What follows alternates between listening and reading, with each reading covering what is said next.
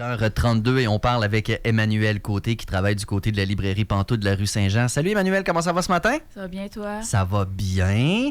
J'ai hâte de voir comment je vais aller après la chronique parce que tu as choisi 3 livres qui donnent envie de... Ça nous fâche, mais ça donne aussi envie de s'impliquer puis de changer les choses. C'est un peu ça? Oui, c'était un peu ça. J'avais vraiment de la misère à formuler mon idée quand je t'écrivais par courriel parce que j'avoue que flipper une table comme idée de sujet, ça se dit un peu mal, mais honnêtement, c'est comment je me sentais après avoir lu ces livres-là. Ça se dit moins bien à Radio-Canada, mais ça se dit très bien à Sequoia. C'est ce que je me dis. Les livres qui donnent envie de flipper une table. Exactement. C'est carrément ça. Et ce sont, je dis malheureusement, 3 très bons livres. Je dis malheureusement parce qu'on aurait aimé mieux qu'il n'y ait pas à être écrit ces livres-là, mais ils sont révélateurs, ils sont choquants, mettent en lumière des réalités qui existent. Et le premier, je l'ai trouvé tellement intéressant parce que on parle entre autres de secrets de famille. Tu sais, il y en a beaucoup des familles, peut-être que vous vous reconnaissez, ou de l'extérieur, tout est bien beau, là. Tu sais, c'est la belle famille, les relations sont parfaites, etc. Mais il y a tout le temps 2-3 petits secrets un petit peu plus sombres, et c'est un peu ce dont parle le livre « Mon vrai nom est Elisabeth ». Oui, fait que c'est un livre qui est sorti en février 2025 en France, puis il est sorti en juin dernier au Québec. Puis honnêtement, dès qu'il est sorti, ça a été un coup de cœur pour la plupart des libraires. Ça raconte l'histoire d'Elisabeth, qui est, selon l'autrice connue sous Betty, c'est son arrière-grand-mère. Puis, dans le fond, Betty était un petit peu comme le mouton noir de la famille. Tout le monde savait qu'elle était schizophrène, mais on n'en parlait pas plus que ça. Puis, quand je pense que c'est le petit-fils de Betty se suicide, elle décide de vouloir déterrer les secrets de famille vu qu'il a laissé une lettre qui parlait de Betty. Ah. Puis c'est à travers, elle fouille à travers les archives des hôpitaux, elle fouille les correspondances entre le mari de Betty et lui. Puis elle découvre plein de choses qui se sont passées. Dans le fond, elle a été victime de grosses violences médicales.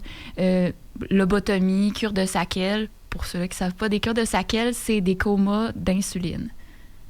Ouais, fait que c'est... Le but de ça? Ils disent que c'est pour guérir les troubles mentaux à l'époque. C'était un non, c'est pas un psychiatre? Psychiatre qui s'appelait Sackell, qui a fait des tests et qui a découvert que quand on pousse l'hypoglycémie, puis après on les ramène tranquillement pas vite, puis qu'on les sort du coma, ils sont comme moins considérés comme folles. Alors là, on est dans quelles années à peu près, là? 1950. OK. C'est pas 2015. Non. On s'entend, mais quand même, c'est inacceptable. On comprend donc que le traitement de la maladie mentale dans ces années-là, on se rend compte dans ce livre-là que c'était pas chic, là, finalement. Non, c'est pas chic. Puis même si l'histoire se passe en France, il y a quand même des similarités qu'on peut retrouver quand même partout dans le monde. Puis, tu sais, pendant la recherche de Adèle Lyon, on découvre non seulement que Betty n'avait aucun problème de santé mentale, mais son plus gros problème était qu'elle n'était pas considérée comme une bonne femme à marier vu qu'elle n'était pas docile. Elle aimait parler, elle aimait s'exprimer, puis à cette époque-là, c'était comme... C'était mal vu. C'était très mal vu. Fait que, tu sais, son père était dans le coup, son mari était dans le coup, fait que, tu sais, c'est comme... Tout le monde la faisait passer pour quelqu'un qui avait des problèmes de santé mentale parce qu'elle dérangeait, finalement. Exactement. Il la faisait passer pour une dérangée, mais c'est parce qu'elle dérangeait, c'était plus ça. C'est pas mal ça, honnêtement. Là. C'est quand même incroyable. Et ce qui donne envie de flipper une table dans ce livre-là, bien évidemment, la liste est longue, là, mais les traitements, il doit y avoir des aspects de traitements médicaux qui, en 2025, sont complètement outrageux, là, j'imagine. Ben, les cures de Sackell, c'est plus débile, temps permis, là.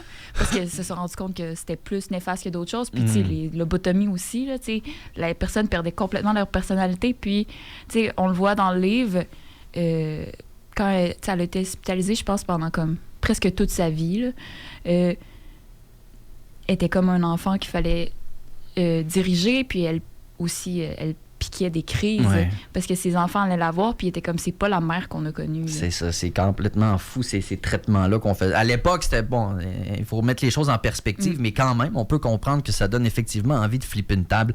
Le livre « Mon vrai nom est Elisabeth » de Adèle Young. Donc ça, c'est sorti tout récemment. Furie de Myriam Vincent. Ça aussi, c'est très intéressant parce qu'on parle de se faire justice soi-même un petit peu. Il y a comme un genre de débat moral qui fait partie de ce livre-là aussi. Oui, fait que c'est un livre qui est sorti en 2020. Moi, je l'avais lu dans mon cours d'études féministes parce qu'on parlait de féminisme radical. Ouh. Puis, même si l'histoire en tant que telle est une œuvre de fiction, on en comprend quand même beaucoup sur le système judiciaire québécois et aussi comme décider de faire... si, exemple, la justice est comme... On n'est pas d'accord avec ce qu'elle dit, ben faire justice nous-mêmes. Ouais. Fait que c'est ça raconte l'histoire de Marilyn, que sa meilleure amie a été victime d'actes criminels, d'une agression sexuelle. Puis, finalement, la personne qui a fait ça n'est pas reconnue coupable. Sa meilleure amie se suicide. Donc, elle décide de vouloir se venger et elle devient tueuse à gages. Pour les personnes qui ont fait des crimes sexuels. Fait qu'elle fait ça pendant 3 ans, puis elle prend une pause d'université, puis après, elle décide de vouloir retourner aux études. Mais là, il y a comme un combat, une genre de dualité de étudiante de jour et tueuse à gages de soir. Et on l'a su à travers ça de vouloir partager ce mode de vie-là qui s'en vient quand même très difficile pour elle, puisque elle veut, elle est toute timide, elle veut pas parler de ça à personne, mais elle commence à se faire un cercle social, mais comme... Comment tu plugues ça dans un cercle social que t'es tueuse à gages? Il faut que tu t'aies des personnes de confiance, c'est clair, et c'est tout le débat. Hein. Est-ce que je suis une bonne personne ou pas? Parce que oui, je tue, mais je tue des personnes dangereuses qui se sortent toujours du système. Fait que je les tue pour éviter de futures victimes. Fait que oui, je suis une bonne personne. Fait que c'est tellement intéressant comme sujet. Évidemment, ça a l'air vraiment excellent comme roman, sincèrement. Tu l'as dit, c'est de la fiction, là, on s'entend. Oui, c'est de la fiction. Mais on peut clairement faire des liens puis comprendre que c'est basé sur une réalité, c'est-à-dire des victimes qui demeurent souvent sans moyens, sans services et des personnes qui, elles, peuvent se sauver du système judiciaire, malheureusement. C'est des histoires qu'on entend souvent et Furie de Myriam Vincent en parle. Ça a l'air extrêmement intéressant. Et en terminant, tu nous parles d'un livre de Léa Clermont-Dion qui, en passant, sera notre invitée la semaine prochaine dans l'émission parce qu'elle fera une conférence du côté de Lévis. Mais ça, c'est un livre qui a fait réagir énormément à sa sortie en Porter plainte de Léa Clermont-Dion. C'est un livre qui est sorti en août 2023. Puis, dans le fond, c'est que elle raconte qu'elle s'est fait agresser sexuellement par son patron quand elle avait 17 ans. Puis, elle a porté plainte comme 10 ans plus tard, pendant un petit peu l'ère MeToo aussi. Ouais. Puis, moi, je pense, ce qui m'a choquée, c'est toutes les personnes qui ont mis des bâtons dans les roues pour pas dire sa vérité. Puis aussi, c'est l'idée de « girl gotta stick together puisque je pense que la personne qui était le bras droit de la personne qui l'a agressé, lui disait « tu peux pas dire ça ». Puis, moi, dans ma tête, l'idée de sororité a toujours été « les filles, on se croit toutes ensemble ». Mais lire ce roman-là défaisait toutes les convictions que j'avais. Ça me fâchait ce qu'elle a vécu, puis aussi, ça a un petit peu brisé son rêve d'étudier en politique, vu que tout ce qu'elle a vécu dans ce moment-là, c'était quand même assez difficile. Oui, puis dans le livre, on suit un petit peu le processus judiciaire? Oui, c'est ça, le processus judiciaire, puis aussi on suit... elle faisait, je pense, elle écrivait quand c'est arrivé, fait qu'on a aussi des retours dans le passé, des moments qui se sont passés, puis aussi c'est qu'elle enregistrait quand même beaucoup de ses conversations, fait qu'elle cite aussi les conversations qu'elle a eues avec des transcriptions de discussions. Donc, Porter plainte de Léa Clermont-Dion. 3e suggestion de livre. Des fois, on pourrait croire qu'on a envie de lire juste pour se divertir, se changer les idées, etc. Pourquoi c'est important pour toi aussi de lire des livres qui donnent envie de flipper une table? Ben, je pense que oui, lire des livres, qui est détendu, puis sur le bord de la plage, puis tout va bien. Mais je pense aussi à des livres qui choquent. Ça nous permet aussi de nous former comme humains. Ouais. En même temps, on est dans une société très active, puis ça nous permet de comprendre aussi ce qui se passe pas nécessairement bien dans la société, mais que peut-être qu'on parlerait pas nécessairement beaucoup aux nouvelles.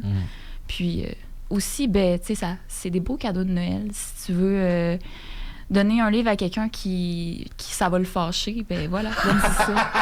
C'est quelqu'un que t'aimes pas tant, là, de dire un livre qui fait fâcher. Exactement.